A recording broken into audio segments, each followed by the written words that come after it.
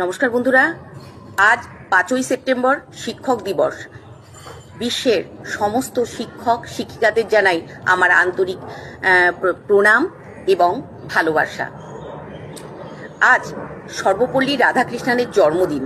1888 সালের আজকের দিনে সর্বপল্লী রাধাকৃষ্ণন জন্মগ্রহণ করেছিলেন।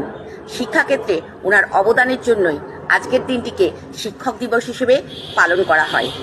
তবে আমাদের 99.9% মানুষের জীবনের প্রথম শিক্ষিকা হলেন আমাদের মা, যার আঙুল ধরে আমরা পথ চলা শিখি এবং বর্ণমালা থেকে শুরু করে নামটা যা বলবেন সব কিছু মায়ের কাছ থেকেই শেখা।